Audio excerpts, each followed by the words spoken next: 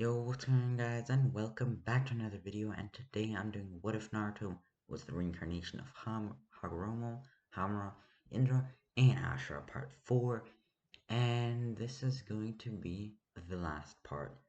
I hope you enjoyed the series. I know it wasn't too long, but I enjoyed it. I hope you enjoyed it, and let's get into the final part.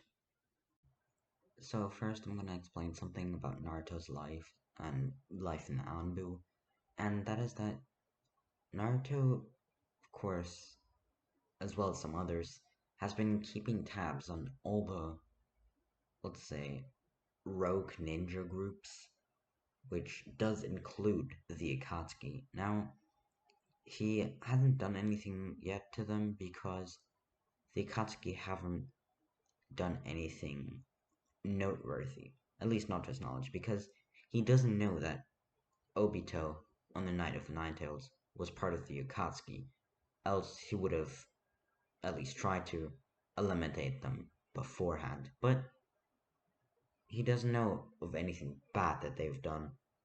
And by the way, I'm not speaking about like the individuals, because I mean the individuals are kind of bad, but the group itself hasn't done anything bad, so there's no reason for Naruto to attack them. But now they're slowly preparing to what seems like a battle. At least that's what spies intel has been telling them, which is making everyone a little uneasy in the village. But anyways, for now, Naruto and the rest of Team 7 prepare for the Chunin exams. Which, okay, so here, this is gonna be a little bit different. So, because Team 7 has 7 members in it, they're gonna split the team in two. Naruto is not allowed to participate for obvious reasons here. Not only is he already a Chunin, and much higher of course, he's basically Hokage rank, he's a shadow Hokage, and basically the leader of the Anbu. But yeah, I mean he's way too strong. Like way too strong. Basically the strongest person in the village. So there's no real competition for him, and it'd just be kind of mean to the others. So they decided to take Naruto out of the team, at least for the Chunin exams, and then split the team in half. So it's going to be a group of 3 and a group of 3. Of course, the senseis don't need to split up since that's not necessary. And now the teams go in like normal, just that there's one extra team, which is Team 7, but split in 2. Training exams go as normal, well, without Naruto, that is. All the people that we love and care passed the first exam. The second one was much more difficulty, but they do pass after a day because they're much stronger than the original Team 7 in canon. And Orochimaru doesn't do any of his shenanigans because he knows of Naruto's might and is scared of him more than he was scared or would be scared of Minato in the canon story. So he ain't pulling nothing. However, Naruto has felt something weird lately around the village, and that'll prove to be a very, very bad thing. But for now, Team 7, well, both of Team 7, have passed the first 2 exams, and now since there is too many people, they have to do preliminary rounds first. And those go as normal, and I'm gonna be honest with you, Team 7 will just fight no-name ninjas because I don't really mind. Yeah. Anyways, so they're now having 1 month period to train. And this is to prepare for the finals, of course. Here, everyone trains with certain people.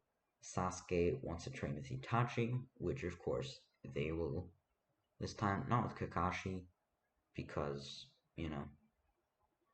But, so yeah, Sasuke will train with Itachi to master his Sharingan, and the Chidori he can learn later, because he hasn't really seen the Chidori from Kakashi, because there was just no need for Kakashi to use it. Um, Shikosho are just gonna, I don't know, train with other people, probably from each of their clan. Shikamaru with his dad, Shoji with his dad, and probably with her dad too. Suri is gonna train with Minato and Kushina, which is pretty obvious. Sorry, not Kushina, just Minato. Uh, and Hinata is gonna train with her clan, but also with with Shisui, since she wanted to learn something new, something different. That something that doesn't really fit the her clan style, but she just wanted to stick out, be unique, not in line like everybody else. She wanted to have something different about her. So she wanted to up her speed, precision, and just all around ninja skills with Shisui, and he was the perfect man for that. So they did. All of them went on training. Of course, Naruto didn't need any training and didn't want any training. He protected the village, as we know. So now, finally, the finals. Finally, the finals, yes. So the finals arrive, and they happen. First few rounds go as normal. Sasuke isn't late this time because Itachi does not want to be late, and is never late due to his incredible speed and, not being Kakashi. Anyways, that goes on. The Gaara fight is at the beginning this time, but before Gaara is able to, transform into Shikaku, the One Tails, and try to destroy the village, Naruto is able to teleport down and stop him immediately without even trying. And of course, Kurama the Nine-Tails reacts to Shikaku, but Naruto does not let anything happen there and shuts both of them down immediately, so then everyone can continue the rounds. But then finally, in the final match of the first round of the finals, so the final match of the first bracket, suddenly explosions can be heard all around the village from every direction imaginable. As we later find out, these are bombs set by Deidara from the stone village. This is the sensation that Naruto has been feeling. However, on this day specifically, he wasn't paying much attention to it, since not only hasn't anything happened lately, well, for the past month that he's been feeling this, but also he just wanted to have fun and watch everybody, all of his teammates, fight. But that backfired completely. As soon as he heard those explosions, he teleported all around the village trying to get an estimation of casualties, explosion damage, size of explosions, and who could have made these, due to his incredible reflexes and mastermind and wanting to collect info and intel. He has a lot of experience with stuff like this, though he wasn't expecting something like this to happen today. But he did, and found out that these were likely set by someone from the Akatsuki. And of course, since he did have intel on the Akatsuki, he knew that, whilst he didn't know the exact person, he knew it wasn't some of the people. For example, it wasn't the shark dude, which he forgot the name of because he didn't really care, and so on.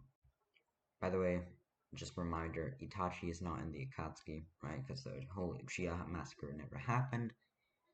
And of course, he doesn't know that Toby slash Obito is in the Akatsuki, so that just goes out of the window.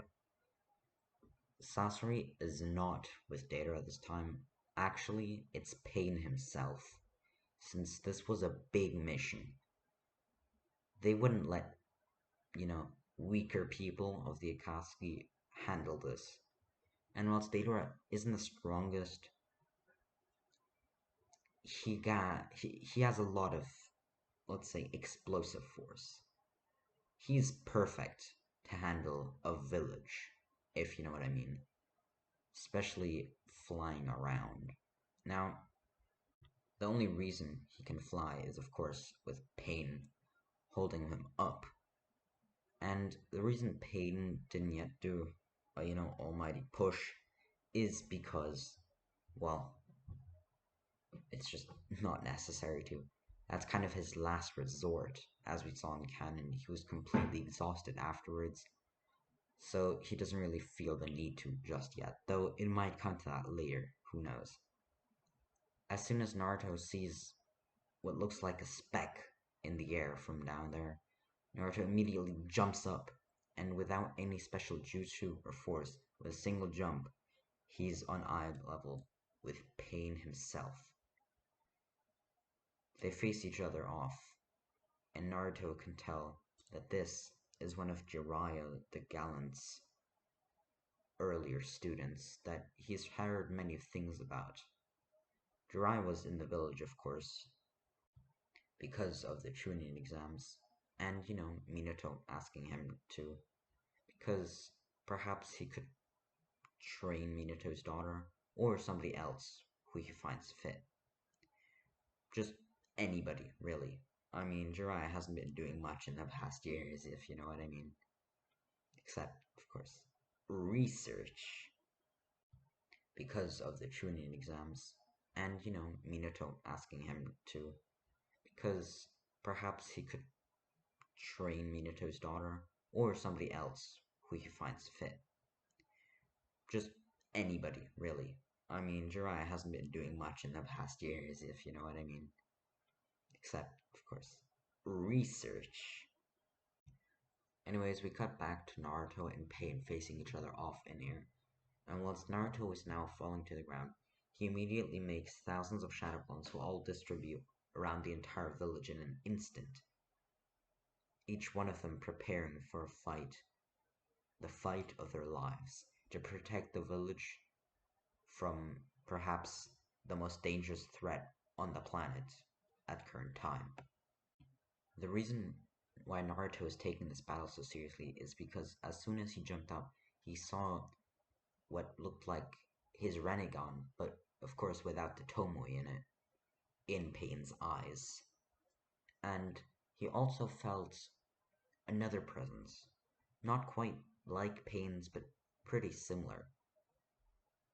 By the way, right now, Naruto has only seen one body of Pain, not all of them combined, so he thinks there's only one enemy.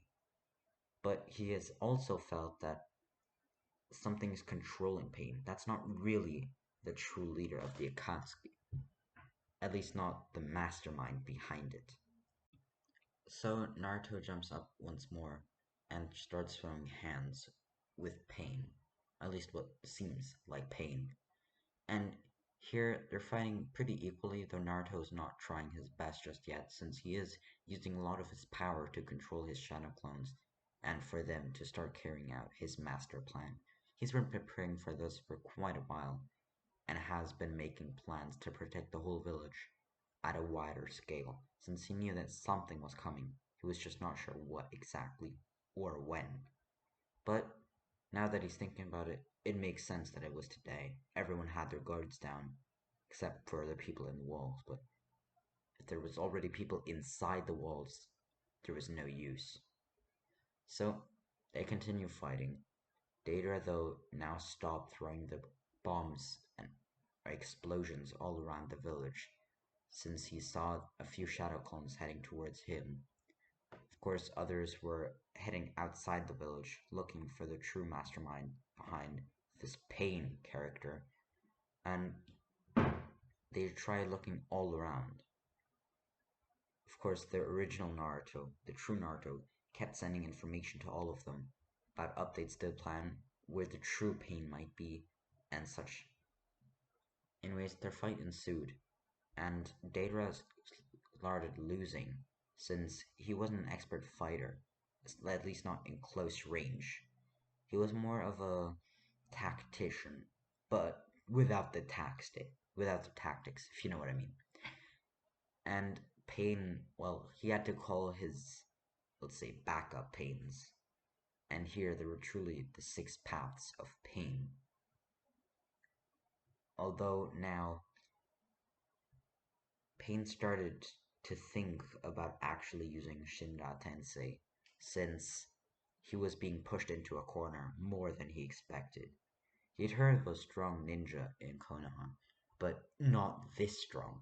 I mean, this was a Hokage level fighter, perhaps even more. This was a fight that even the whole Akatsuki could perhaps not even win combined, which is why more of the Akatsuki were called for backup, though it might still take a while for them to arrive. Anyways, Deidara was now captured since other Jonin and Anbu were called for the rescue, especially people like Itachi and Shisui who were fast and powerful with their Kekkei Genkai as well, who apprehended Deidara and started questioning immediately, whilst Naruto with his shadow clones was still fighting the pains. And Shisui did go up there to help, though Naruto declined, since this was a fight that he had to do himself. He was preparing for this for a long time. 80 years of training and preparation and tactics to help this village overcome such crises. So now it was his time to shine. And shine he did. Massive explosions and bright lights in the sky, as if literal gods were fighting. This was truly the pinnacle of the shinobi world. Evil against good, at least that's what it seemed. Though Naruto knew that Pain's intentions weren't truly evil, he sensed at least some form of goodness in him. He didn't do it for any bad reasons. At least that's what the impression gave him. Though the way he did and the way he achieved his goals was not the right one. Perhaps they could help each other out, though for now, in the midst of a battle, that was very far-fetched. Anyways, by now, Naruto with his shadow clones was slowly able to overpower Pain, trying more and more, hardly, using all the tricks in the books, more jutsus, even starting to use his Sharingan, Byakugan, and for a split second, even his Rinnegan with Tomoe in it. He used Amaterasu and others like it, which completely overpowered Pain, bringing him to his knees. Pain fell down from the sky towards the ground, destroying 2 buildings when he fell. But now he was defeated. Pain had no chance. And right before he was put in handcuffs by Naruto himself, all of the Akatsuki arrived and were now standing face to face with Naruto. However, in a split second, without losing his cool, Naruto immediately went in for a fight, because he knew that if he wasn't going to, they would definitely do it as well. So they directly started fighting. Sasori didn't have time to react or get his puppets out, so he was already knocked out before this fight even started. However, Shark Dude, as Naruto liked to call him, had incredible chakra and was not going to give up this easily. He wasn't called the tailless-tailed beast for no reason. He was truly a monster. And with all Akatsuki fighting Naruto and his shadow clones at once, it was truly a difficult battle. However, this is Naruto we're speaking about. A Naruto with the power of Kaguya's descendants. Hagoromo, Hamura, Indra, and Ashura combined. Godlike beings who roamed the earth once, controlling humans, and teaching the entire concept of ninjutsu. There's no way he could lose, even to the pinnacle of what a shinobi truly is. So Naruto, after an hour of fighting, finally won. And the reason it took him so long is because, for his own sake, Naruto wanted to make this whole fight without making a single drop of sweat. And that was truly an achievement for Naruto, because there was times where he just wanted to obliterate the Akatsuki, but he wanted to do this for himself to prove that he wasn't a shallow monster just like them. He wanted to prove to himself that he was a calm person, not a shinobi. So now the Akatsuki were defeated. However, Black Zetsu was still in the background, working on a new plan since his first run failed. By the way, Obito was not there, by the way. So he was still back at the Akatsuki hideout since the others didn't see much fit for Toby to help destroy a village, especially Konoha. However, Naruto, after apprehending all the Akatsuki, directly went to their hideout since he knew where they were hiding, because now he had enough of it. They invaded his home, Konoha, the Leaf Village, and now all of them must pay.